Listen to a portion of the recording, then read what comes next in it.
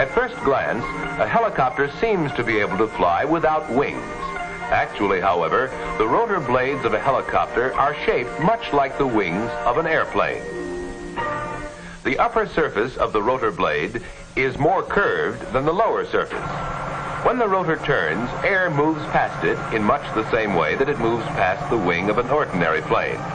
Thus, there is no need for the helicopter itself to be moving.